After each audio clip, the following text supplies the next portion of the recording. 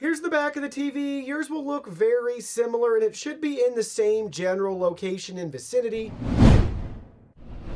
Hey everyone, today in this video, I'm going to show you how to factory reset your Onn Roku TV. There's two ways you can do this. The first way is through your menu settings. The second way is through a physical button on the back of your TV. If you're interested in this TV or you want to find out more about it, the link to it will be in the video description. And be sure to check out our full review on this exact TV already up on the channel. So let's go over both ways. We're going to start with our menu setting option first. From the home screen, we're going to press the up arrow one time. We're going to select settings. We're going to press the up arrow one time again to get to our system settings. We're going to press the up arrow again one time. That's going to take us to our advanced system settings.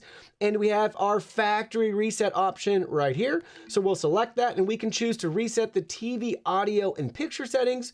Or at the very bottom, we have our factory reset everything, where you need to enter the code 2136 to reset everything to the original factory settings and remove all accounts. Enter the code, you're all set and ready to go. Let's look at the second way we can reset our Onn Roku TV. Here's the back of the TV. Yours will look very similar and it should be in the same general location and vicinity. So for us, it's going to be right here down at the bottom. We have the reset option clearly labeled for us.